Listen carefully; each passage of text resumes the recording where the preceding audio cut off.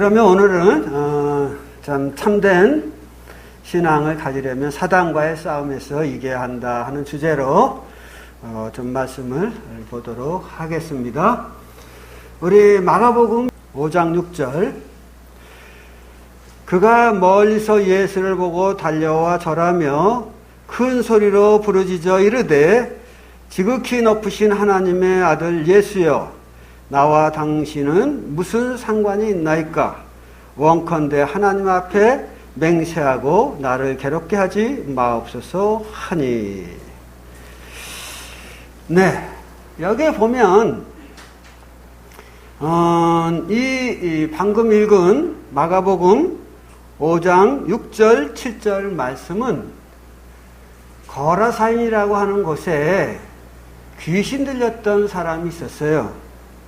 이 귀신 들린 사람이 예수님이 그곳에 오니까, 자기 있는 곳에 가까이 오니까 예수님에게 달려나가서 6절에 있는 대로 예수를 보고, 어디서 보고? 가까이서 보고? 아니요, 멀리서도, 멀리 있는데도 보고 예수님에게로 달려왔다 그 말이에요.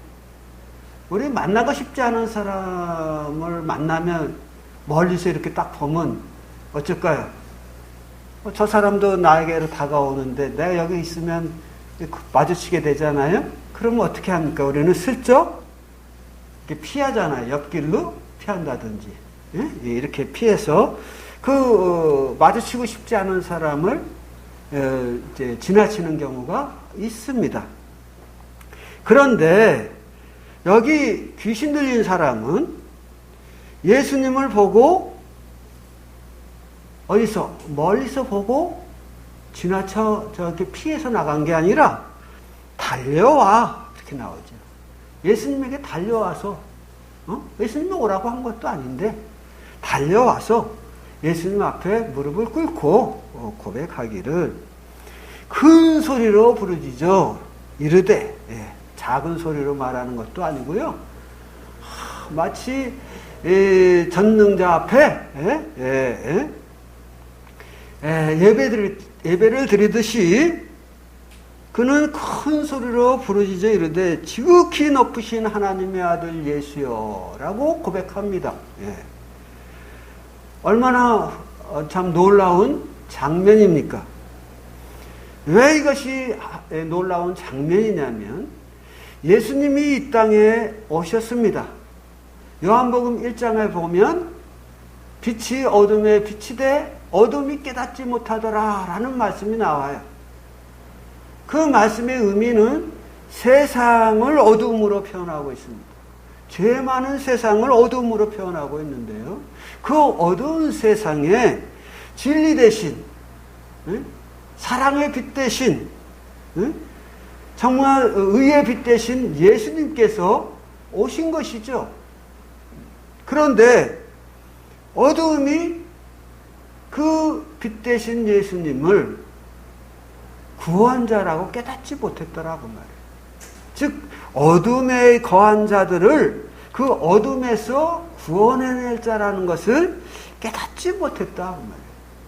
그래서 12절에서 보면, 11절에서 보면, 요한복음 1장 11절에서 보면 그러잖아요. 저들이 영접지 아니하였으나 이렇게 나와요. 예수님을 영접하지 않은 거예요. 자기를 구원하기 위하여 오신 예수님을 영접지 않은 것이 죄인들의 모습이었다 그 말이죠. 그러나 12절에서 뭐라고 말씀합니까? 영접하는 자 곧 그 이름을 믿는 자들에게는 하나님의 자녀가 되는 권세를 주셨으니 라고 말씀합니다. 우리에게 여러 형태의 욕구가 있습니다. 그 중에 하나가 무엇입니까? 우리가 놀라운 권세를 갖는 것이죠. 그런데 하나님께서 우리에게 하나님의 자녀의 권세를 갖게 하셨다 라고 말씀합니다. 어떻게 하므로? 빛 대신 예수 그리스도, 복음의 빛 대신 예수 그리스도, 그분을 우리가 영접함으로. 모두가 영접지 아니하였지만 영접하는 자에게는 그런 권세를 주셨다는 것입니다. 영접하는 게 뭐냐 이럴 때 그것이 무엇입니까? 어떤 사람이 우리 집에 찾아왔어요. 그래서 문을 두드립니다. 그러면 어떻죠? 우리가 문을 열고 아이고 어서 오세요. 반갑습니다. 이렇게 하면서 이제 또 뭐 이렇게 악수를 한다든지 포옹을 한다든지 그분이 뭐 짐을 들고 있다면 짐을 들어준다든지 막 이러면서 그를 즐거움으로 집으로 드리는 자세, 이것이 영접이 아닙니까? 그래서 우리가 우리의 마음의 그 집에 방에 예수님을 이렇게 받아들이는 것, 그것이 영접입니다. 그때 우리가 얻게 되는 유익이 있다는 거죠. 그 유익이 뭡니까? 다른 게 아니고 하나님의 권세가 된다고 하는 것이죠. 그런데 사단은 이것을 잘 알아요. 주님을 영접하면 하나님의 자녀가 된다는 것을. 그런데요, 사단은 우리가 방금 읽었던 말씀에서 보면 이렇게 나오죠. 그가 예수님 앞에 나와 절하면서 큰 소리로 부르짖어 이르되 지극히 높으신 하나님의 아들 예수여 이렇게 말하잖아요. 세상 사람들은 예수님께서 내가 하나님께서 보내신 그리스도다 이렇게 이야기할 때 세상 사람들은 어떻게 했나요? 그를 믿지를 않았어요. 나사렛에서 무슨 선한 것이 나겠느냐? 저가 목수의 아들이 아니냐? 그런데 하나님 말씀을 가지고 설교를 하는 걸 보면 잘하네. 어떻게 학문 교육을 받은 적이 없는 저가 어찌 저렇게 이 놀랍게 하나님의 말씀을 해석하고 가르치는가? 이러면서 저들이 놀라워하긴 했습니다만은, 그래서 훌륭한 선생으로 인정하긴 했습니다만, 더 나아가서 하나님이 보내신 훌륭한 선지자라다 라고까지는 인정했지만, 내가 하나님의 아들이라고 하는 말씀 앞에 그들은 고개를 돌렸어요. 다시 말하면 하나님의 아들로 그 누구도 예수님을 인정하지 않았다 그 말이에요. 당대에. 그들은 어두운 가운데서 여전히 하나님의 아들을 외면하고 있었던 것이죠. 그러나 여기 보면 이 귀신 들린 거라사인의 귀신 들린 자가 어떻게 했습니까? 예수님을 보고 달려와서 예배하는 자와의 자세를 갖추고 말하기를 큰 소리로 이르되 지극히 높으신 하나님의 아들 예수여라고 그를 고백합니다. 그의 신분을 이야기하며 고백합니다. 우리가 이런 고백만 보면 이 귀신이 이거 구원받은 사람 아니야?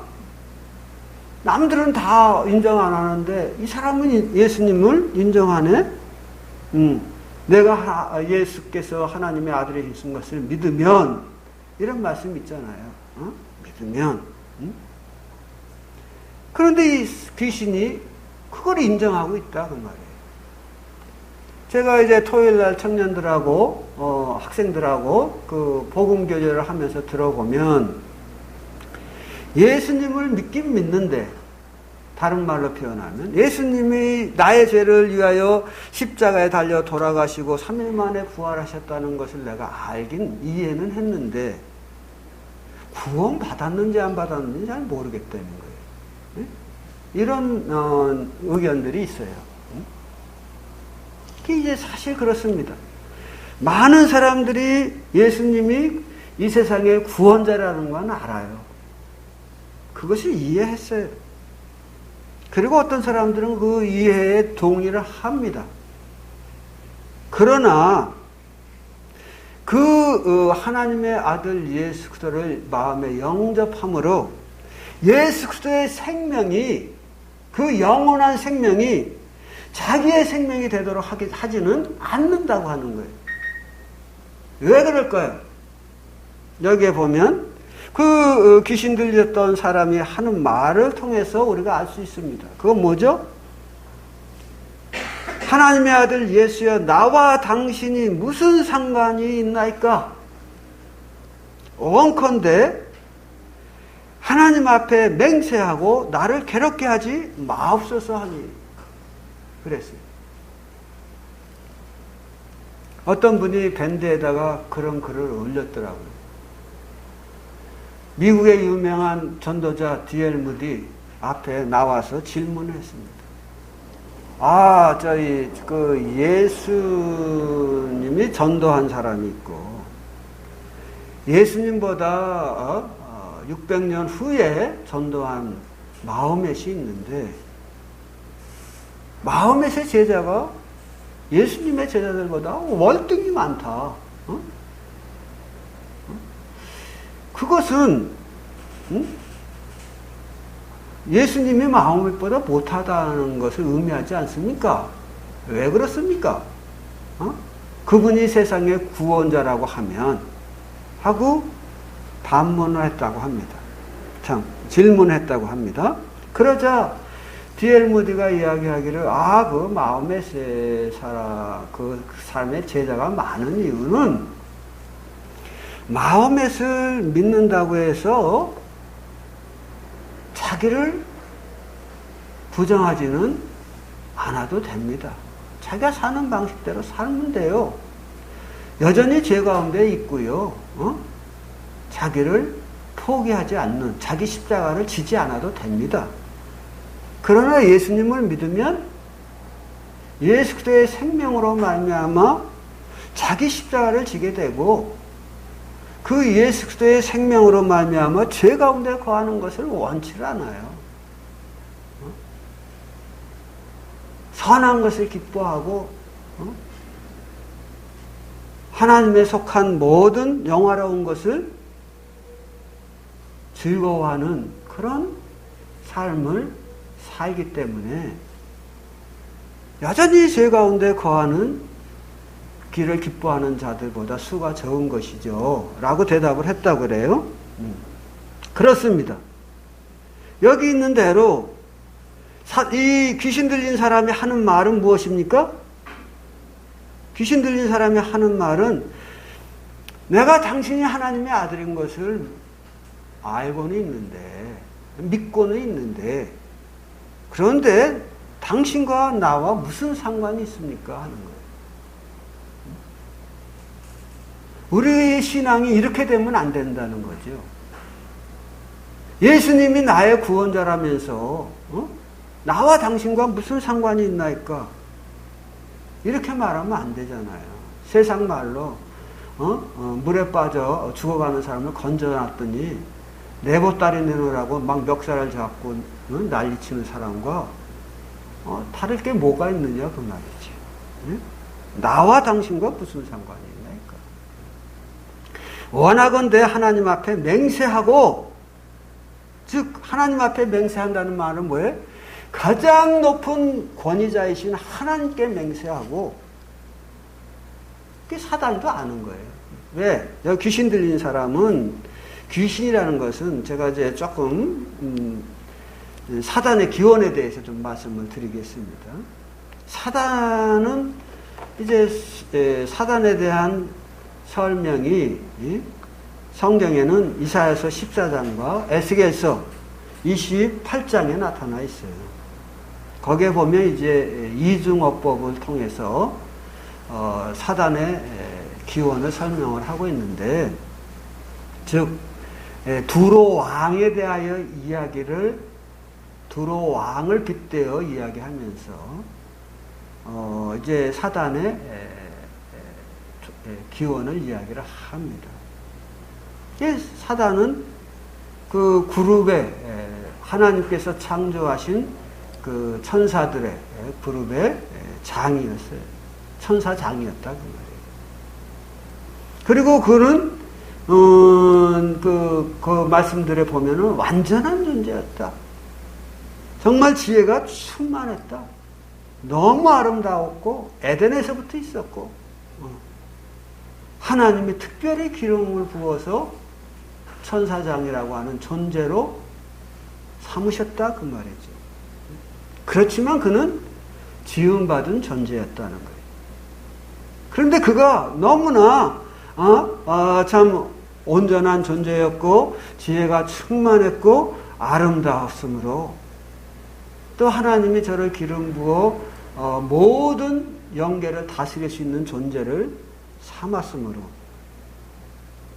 저가 자기가 지음받은 존재라는 것을 깜빡하고 뭐 하나님 앞에 나도 하나님 같은 존재인데 왜 하나님의 말씀에 따라야지 하고 이제 교만한 마음으로 불복종을 합니다. 그 불복종으로 인하여 즉 그 교만함으로 인하여 그의 지혜가 더럽혀졌다 이렇게 말해요. 그래서 하나님 앞에 쉽게 말하면 도전장을 냅니다. 구테타를 일으킵니다. 누구와 더불어? 자기를 따르는 많은 천사들과 더불어. 그래서 하나님께서 이 천사장 루시퍼라고 불리는 사실 성경에는 루시퍼라는 말이 나오지는 않아요. 천사장이라는 정도의 표현이 되는데 그 밀턴이라고 하는 영국의 청교도 신학자가 있었습니다. 그분이 이제 신라곤이라고 하는 이제 작품을 썼는데 그 내용의 흐름이 그런 거예요. 뛰어난 천사장, 하나님이 기름 부어 참 영어롭게 한 그 천사장, 그가 자기가 지혜롭고 안전하고 아름다움으로 많은 천사들이 그를 따르고 또 그에게 하나님이 또 권위를 주었잖아요. 그래서 그걸 따르는데 그가 그것에 힘입어 교만하여져 가지고 자기가 지음받은 존재라는 것을 잊고 하나님을 도전하는 거예요. 하늘나라에서 이제 구테타를 일으킨 거죠. 그런데 그 신라곤의 내용인즉은 천사들이 나가서 싸우는 거예요. 가브리엘이라든지 뭐 또 여러 천사장들이 있잖아요. 예. 그런 천사장들이 나가서 싸우는데 다 지는 거예요. 그래서 이 천국이 위기가 닥친 거예요. 위기가 닥쳤는데 우리 주 예수 그리스도께서 영광의 빛을 드러내시고 나가서 그 천사장을 싸워 이기십니다. 그래서 그가 천국에서 내어 쫓김을 받아서 갈 곳이 없으니까 어떻게 해요? 하나님의 형상을 따라 창조된 인간들이 있는 그 에덴으로 내려오는 거예요. 내려와서 뱀에게 들어가서 즉 마귀 사단은 어떤 존재에 보이지 않는 존재지만 실존하는 존재거든. 그런데 그 밀턴이라는 사람이 쓴 신라곤이라는 곳에 그 루시퍼를, 그 천사장을 루시퍼로 표현을 하는 것입니다. 루시퍼. 그의 이름을 루시퍼라. 그 이름이 번역하면 빛나는 자라 그런 의미예요. 히브리어로는 헤일이라고 하고 영어로는 루시퍼라고 하는데 우리나라 성경에서는 계명성이라 이렇게 이제 번역을 합니다. 어쨌든 간에 그 사단은 하나님을 대적한 존재예요. 그리고 그 사단과 더불어 하나님을 대적했던 여러 타락한 천사들이 있어요. 그들이 뭐예요? 바로 귀신인 거예요. 그래서 그들은 예수님과 싸워 패했기 때문에 예수님을 몰라볼 수가 없어. 그래서 그의 앞에 달려나와 그 예수님의 권위를 인정하고 그 권위 앞에 엎드려 절하지만 그러나 그 권위에는 순종하기를 원하지 않는다. 불순종의 아들들도 여전히 남기를 원하는 거예요. 그래서 최고의 권위자이신 권위자가 하나님이라는 걸 저 귀신들은 알아요. 그래서 하나님 앞에 맹세하고 나를 괴롭게 하지 마옵소서 이렇게 말하거든요. 이것도 매우 중요한 이야기예요. 사실은 최고의 권위를 하나님 앞에 둔다는 거. 오늘날 사람들은 최고의 권위를 하나님 앞에 안 둬. 그래서 어떤 사람이 성경에서 우리 주님께서 지옥에 대하여 내 눈이 너로 범죄케 하거든, 내 팔이 내 손이 너로 범죄케 하거든, 내가 내 눈을 뽑아버리고 내 팔을 잘라버리고라도 영원한 불못에 들어가지 않을 수 있다고 하면 그 길을 택하라. 주님이 이렇게 말씀하셨거든요. 그럼에도 불구하고 어떤 사람들이 사랑의 하나님이 우리를 영원한 불에 던진다는 게 말이 되냐? 네? 그 말도 안 돼. 이러고 이야기하거든요. 성경은 우리 주님이 분명하게 영원한 불에, 꺼지지 않은 불에 이렇게 말씀하셔요.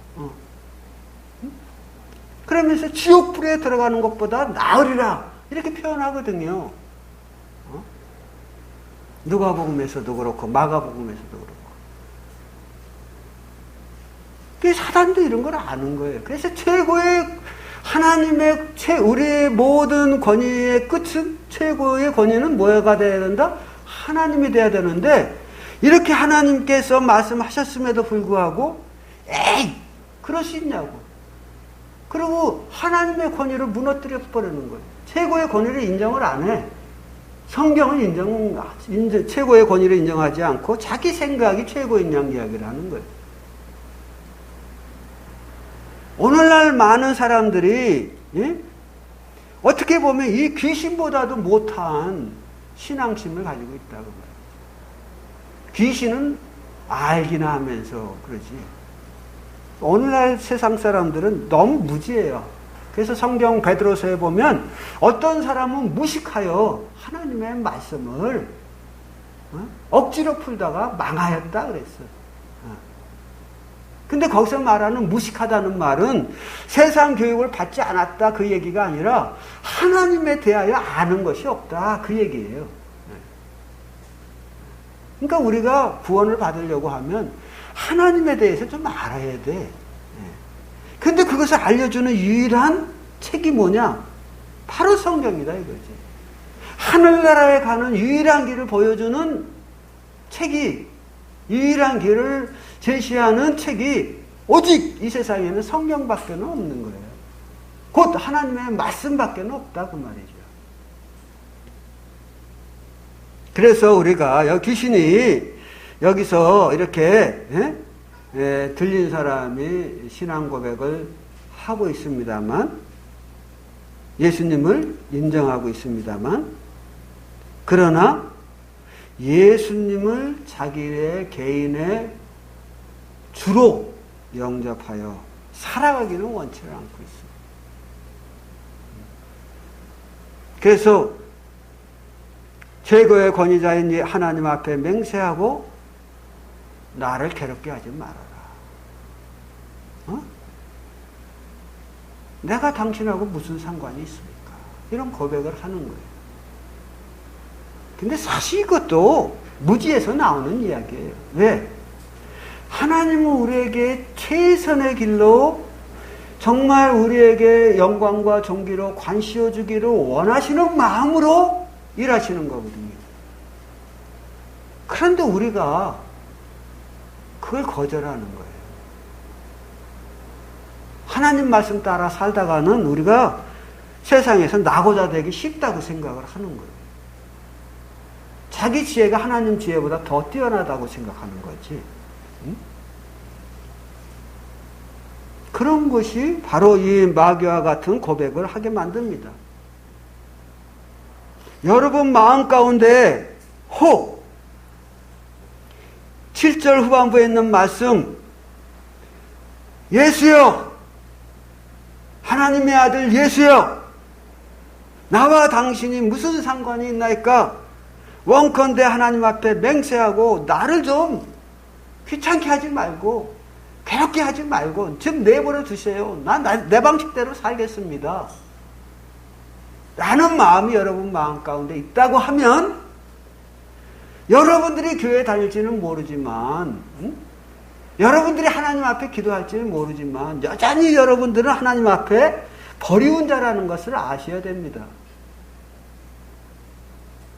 여러분들은 귀신이 가진 그런 믿음을 갖고 있는 것이지 예수 그리스도를 믿음으로 말미암아 거듭난 영생을 갖고 있지 못하다는 것이죠.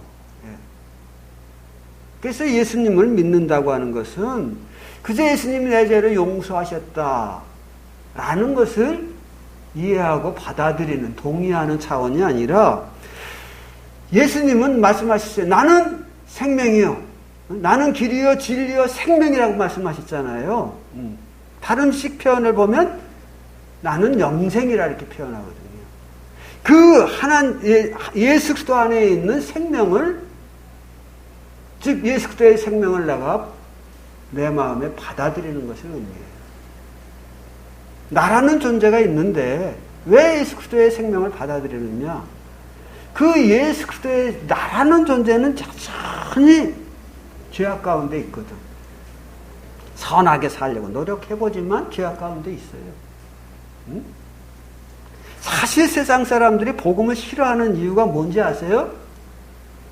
사도 바울이 사도행전에 보면 사도 바울과 베드로와 이런 사람들이 복음을 전하는데 또 예수님의 제자들이 복음을 전하는데 세상 사람들이 막 그들에게 돌멩이 던지고 고발하고 잡아다 가두고 매질하고 막 죽이고 막 그런 일을 합니다. 아니 복음이 그 좋은 이야기잖아요. 한마디로. 그런데 왜 좋은 이야기를 듣고 그렇게 분노해서 화내고 막 사람을 죽이고 그러냔 말이에요. 복음 전하러 간다 그러면 해교도 쪽에서는 막 선교사들 집에 막 불 지르고 그 뭐 하는 짓이냐고. 왜 그들은 복음 앞에 이렇게 분노할까요? 이유는 단순해요. 복음은 사람의 공로를 인정하지 않아. 사람의 선함을 인정하지 않아. 복음은 사람의 의의를 인정하지 않아요. 복음은 사람의 종교성을 인정하지 않아. 그러니까 바리새인들과 사두개인들은 하나님을 섬긴다고 열심히 섬겼는데 그 하나님 섬김에 목숨을 걸었는데 너희가 그런 목숨을 건 신앙으로는 구원을 못 받는다. 예수 그리스도만을 의지하여 우리가 구원을 받을 수 있다. 이렇게 이야기하니까 화가 나는 거예요. 여러분들도 사실 그렇잖아요. 여러분들이 여러 가지 화날 일이 많은데 특히 결혼하신 분들 집사람이 뭐 대놓고 한 건 아니지만 은근히 말을 하는 말 속에 자꾸 나를 무시하는 말을 하면 어때요? 기분 나쁘잖아. 또 아내도 마찬가지예요. 아이들마저도 마찬가지예요. 아빠가 이 말 저 말 하는데 그냥 상대의 인격을 무시하고 막 이야기를 하면 옳고 그 말이 옳고 그런 걸 떠나서 기분이 나쁜 거야 그냥. 그러니까 복음이 저들의 알고 있고 저들이 목숨 걸고 따르는 사상을 파괴해버리니까 화가 나는 거예요. 그래서 복음 전하는 자를 죽이려고 덤비는 거예요. 예수님도 그래서 이제 죽임을 당하신 거고요. 그런 거잖아요. 말이에요. 그러나 우리가 알아야 될 것은 우리가 원하는 대로 살아서 얻는 결과가 뭐냐 그 말이에요. 에베소서 2장에 보면 우리는 육체의 원하는 것과 육체와 마음이 원하는 것을 하여 본질적으로 하나님의 진노 아래에 있더니 이렇게 나오거든요. 우리가 우리 육체와 마음이 원하는 것을 하며 살아가면 우리는 죄인이라고 하는 신분 가운데에서 죄만을 열매를 맺을 수밖에 없어요. 선이라는 것도 그 동기를 따져보면 다 자기 이익을 위한 거예요. 어? 하나님을 섬긴다는 것도 여전해요. 예. 그래서 하나님이 보실 때는 죄인에게서 나온 모든 열매는 하나님이 받으실 만한 것이 없는 거예요. 그래서 사람의 의를 구약 성경에서는 헌 누더기와 같다 그랬어요. 헌 누더기와 같은 옷을 우리가 선물로 받으면 기쁘겠습니까? 우리도 기뻐하지 않는데 하물며 하나님께서 우리가 헌 누더기를 하나님 앞에 바치며 이렇게 우리가 선하게 살았습니다. 그러면서 이렇게 의롭게 살았습니다 하면서 이제 천국에 들어가게 해주세요. 그러면 하나님이 기뻐하시겠느냐 그 말이에요. 그러므로 우리가 알아야 되는 것은 여러분 마음 가운데 정말 예수님 나와 당신과 무슨 상관이 있습니까? 나 좀 내버려 두세요. 나 당신이 하나님의 아들인 거 알고요. 당신이 나의 죄를 용서하셨다는 거 압니다. 제가 그래서 예수님 당신이 나의 구원자입니다 라고 내가 고백하고 침례 받지 않았습니까? 그러면 됐지. 뭐 또 나보고 자꾸 이거 해라 저거 해라 그렇게 하면 안 된다 이 말하셨습니까? 예수님이 선한 말로 이야기하시죠. 내가 너의 삶을 영화롭게 하기 위해서다. 정직케 하기 위해서야. 내가 너 순종하면 너를 삶을 그리스도 안에서 형통하게 한다. 그래 내 삶이 행복해질 것이다. 이렇게 일러주는데도 난 예수님 안에서 형통하는 거 저 원치 않고요. 제 방식대로 살면서 형통하는 거 원합니다. 이러면서 우리가 거절하거든. 이런 신앙은 무슨 신앙? 귀신이 가지고 있는 신앙이에요. 찾지는 않겠습니다만은 야고보서에 보면 야고보서에서도 야고보 사도가 말하기를 내가 하나님이 한 분이신 줄을 믿느냐? 잘 아는도다. 내가 하나님의 한 분이시고 그가 온 천지를 창조하시고 온 만물을 주관하시는 분임을 내가 믿느냐 그 말이에요. 예, 믿습니다. 그러니까 잘했다. 그런데 그런 것은 귀신들도 믿는다는 거예요. 귀신들도. 근데 야고보 사도가 무슨 얘기하다가 이런 얘기 하는지 아세요? 내 삶에 왜 행함이 없느냐는 거예요. 행함이. 말씀에 순종함이 왜 없느냐는 거지. 네? 말씀에 순종함이 없는 신앙이라는 것은 귀신의 신앙과 같다. 그런 얘기입니다. 우리가 지금 수요일날 사도행전을 공부하고 있는데요. 사도행전에 보면 사도행전 16장에 그 귀신 들린 여종이 하나 나와요. 귀신의 힘을 빌려가지고 사람들의 점괘를 잘 이렇게 맞춰줍니다. 그래서 이 여종은 자기 주권이 없잖아요. 그러니까 여종의 주인이 돈을 엄청 버는 거야. 그 여종이 귀신 들려가지고 이제 살아가면서 이렇게 점괘를 귀신의 힘으로 맞춰주니까. 그런데 하나님의 사람 사도 바울, 복음 전하는 사도 바울이 오니까 이 귀신이 모든 사람들이 사도 바울을 그 이방인으로 취급하고 그분의 말에 귀를 안 기울여. 그런데 이 귀신 들린 여종이 말하기를 저 사람들은 지극히 높으신 하나님의 종으로 우리에게 구원의 길을 전하는 사람이다. 구원의 길을 전하는 사람이야. 이러고 알아본다니까요. 사람들은 그렇게 생각을 안 했는데 이 귀신 들린 여종이 그렇게 말을 하는 거예요. 그러니까 귀신들은 다 그거 누가 하나님의 아들이며, 즉 우리의 구원자이며 누가 하나님의 사람인지 귀신들도 안다는 거죠.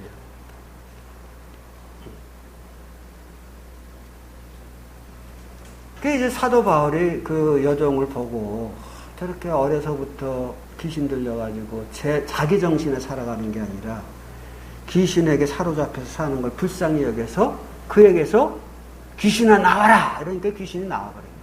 다시는 들어가지 말아야지. 못 들어가거든. 네. 그래갖고 이 여종이 정신이 제대로 들어와가지고 아유 하나님 감사합니다. 저를 귀신에게서 놓아주셔서 감사합니다. 그리고 감사를 하는데 주인의 입장에서는 뭐예요? 귀신의 힘을 빌려서 점을 쳤는데 이제 귀신이 떠나가 보니까 점을 못 치네. 그 화가 난 거야. 돈을 못 버니까. 그러니까 평생을 귀신에 사로잡힌 자가 귀신에게서 노임받은 것을 기뻐하기보다는 자기 수중에 돈 조금 안 들어온다고 하고 화가 나가지고 사도 바울을 고발해갖고 감옥에다 가둬버려요. 이게 세상이에요. 그러면 여러분들은 예수님과 같은 길을 걷기를 원하십니까? 아니면 이렇게 예수님과 하나님의 사람들을 대적하는 사람들을, 복음을 대적하는 사람들의 길을 걷기를 원하십니까? 우리 말씀 한 구절 더 보겠습니다. 누가복음 8장. 누가복음 8장에 보면 우리 주님께서 하신 말씀이 있어요. 씨 뿌리는 자의 비유를 말씀하시는데 씨 뿌리는 자의 비유 중에서 12절, 11절, 12절 읽겠습니다. 이 비유는 이러하니라. 씨는 하나님의 말씀이요 길가에 있다는 것은 말씀을 들은 자니 이는 마귀가 가서 그들이 믿어 구원을 얻지 못하게 하려고 말씀을 그 마음에서 빼앗았다는 것이요. 그랬죠? 네. 누가복음 8장 12절입니다. 11절, 12절. 씨는 무엇이다? 하나님의 말씀이에요. 씨 뿌리는 자가 나가서 씨를 뿌렸다는 거예요. 그런데 길가에도 떨어지고 돌 위에도 떨어지고 가시덤불에도 떨어지고 옥토에도 떨어졌는데, 즉 하나님의 말씀이 길가와 같은 딱딱한 마음에도 떨어지고 돌짝밭과 같은 마음에도 떨어지고 또는 옥토와 같은 마음에도 떨어졌다는 걸 의미해요. 그런데 여기 보면 뭐라고 그랬어요? 길가에 있다는 것은 12절. 말씀을 들은 자니. 말씀을 들었어요? 안 들었어요? 말씀을 들었어. 누가? 길가와 같은 마음을 가진 자가 말씀을 들었어요. 복음을 들었다 그 말이에요. 그런데 마귀가 가서 그들이 믿어 구원 얻지 못하게 하려고, 말씀이 씨가 그대로 있으면 뿌리를 내리고 자라서 구원을 얻을 수 있습니까? 사단이, 마귀가 더 잘한다는 거예요. 우리보다. 말씀을 들은 우리보다 더 잘 알아. 뭘 더 잘 알아? 말씀을 믿어 구원을 받는다는 것을. 무엇을 믿어 구원을 받아요? 말씀을 믿어 구원을 받아. 선한 행위로 구원받는 게 아니고 종교적인 열성으로 구원받는 게 아니라니까. 뭐 헌금 많이 한다, 기도 많이 한다, 다 중요하고 좋은 일입니다만은 그런 방식으로 구원받는 게 아니요. 그런 방식으로. 어떻게 구원받는다? 말씀을 믿어 구원을. 그러니까 사단은 원하는 게 뭐예요?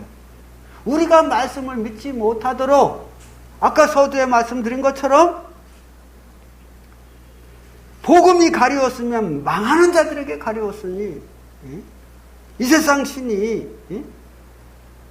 믿지 않은 자들의 마음을 혼미케 하여 말씀을 들을 때 마음을 혼미케 만들어 버리는 거예요. 딴 생각하게 만들고 멍 때리게 만들어버리고. 그래서 그리스도의 영광의 복음의 광채가 저희 마음 가운데 비추지 못하도록 막아버린다는 거예요. 장막을 쳐버리는 거예요. 그래서 말씀을 듣는 사람은 어떻게 해야 된다고요? 그 말씀이 마음에서 빼앗기지 않도록 집중해서 들어야 돼. 그리고 그 말씀에 최종의 권위를 둬야 돼. 왜? 마귀도 사단도 귀신도 그걸 인정하고 있잖아. 하나님께 맹세하고 이렇게 하면서 최종의 권위를 어디다 둬요? 하나님께 두잖아요. 그런데 우리는 그렇게 안 한다니까. 어리석어서. 그런데 그 귀신의 소리도 보면 여기서 이야기하기를 그가 말씀을 믿어 그들이 믿어 구원을 얻지 못하게 하려고 말씀을 그 마음에서 떼앗아버리는 것이다. 어떤 사람이 이 말씀을 가지고 구원을 받았대. 간증하는 거 들어보니까 뭐냐면 자기는 어떻게 사람이 그냥 믿기만 해갖고 구원받냐. 그거 너무 쉽지 않냐는 거지. 교회 좀 나가고 예배도 잘 주일 성수도 잘하고 기도도 하고 헌금도 하고 남들이 보라듯이 인정받는 신앙생활도 좀 해서 하나님께 인정받아서 구원받는다고 하면 이해는 하는데 그냥 믿어서 구원받는다고? 교회 안 나가도 예수님만 믿으면 구원받는다고? 그럼 말 같지 않은 소리가 어디 있어? 항상 이런 생각을 가졌던 거예요. 복음 앞에 항상 그런 생각을 가졌는데 어느 날 말씀을 보다 보니까 여기 보니까 마귀가 우리에게서 말씀을 뺏어가는 이유가 우리가 믿어 구원 얻을까 봐. 말씀을 믿고 구원 얻을까 봐 뺏어가는구나. 이걸 보고 깜짝 놀란 거예요. 그렇구나. 구원의 근거가 어디에 있다? 구원의 능력이 어디에 있다? 곧 하나님의 말씀이 있다. 그 말은 말씀이에요. 근데 그 말씀은 뭐라 그래요? 요한복음 3장 16절에서 하나님이 세상을 이처럼 사랑하사 독생자를 주셨으니 저를 믿는 자마다 어떻다고요? 멸망치 않는다는 거예요. 저를 믿는 자마다 구원자인 예수 그리스도를 믿는 자마다 멸망치 않는다는 거라. 놀랍지 않습니까? 하나님의 선언이에요, 선언. 그리고 그냥 멸망치 않는 것도 정말 복된 일인데 영생을 얻으리라. 그래서 요한복음 3장 36절에 보면 아들을 믿는 자에게는 영생이 있고 이렇게 말하거든. 놀랍지 않아요? 하나님 최고의 권위자, 최고의 재판장이 말씀하기를 아들을 믿는 자는 멸망치 않는다. 그리고 땅땅땅 하고 판정을 내렸다 그 말이에요. 그럼 끝난 거 아니냐 그 말이에요. 그런데 하나님께서 우리에게 이 세상에서 살아가면서 또 더 뛰어난 복을 누리도록 살게 하기 위해서 우리에게 예수 그리스도의 생명 곧 영생을 주셨다 그 말이에요. 멸망치 않고 영생을 얻게 하시는 거예요. 그래서 3장 36절에서는 아들을 믿는 자는 영생이 있고 이렇게 나오거든요. 그 영생으로 인해서 우리가 구원의 기쁨을 느끼는 것 같아요. 그 찬송을 들으면 복음 찬송을 부르면 우리 마음 가운데 구원의 기쁨이 막 살아나는 거예요. 이유가 뭐예요? 우리 안에 생명이 있기 때문에 영생이 있기 때문에 이런 영생 여러분 소유하고 싶지 않습니까? 영접하는 자 곧 그 이름을 믿는 자들에게는 하나님의 자녀가 되는 권세를 주셨으니 하셨으니 여러분 하나님께서 저를 사랑하셔서 구원자이신 예수 그리스도를 보내주신 것을 감사합니다. 하나님의 말씀을 제가 믿습니다. 저의 죄를 용서하신 것을 믿습니다. 아들을 믿는 자에게 영생이 있다고 하셨사오니 제가 영생이 있음을 믿습니다라고 고백할 수 있기를 바랍니다. 감사합니다.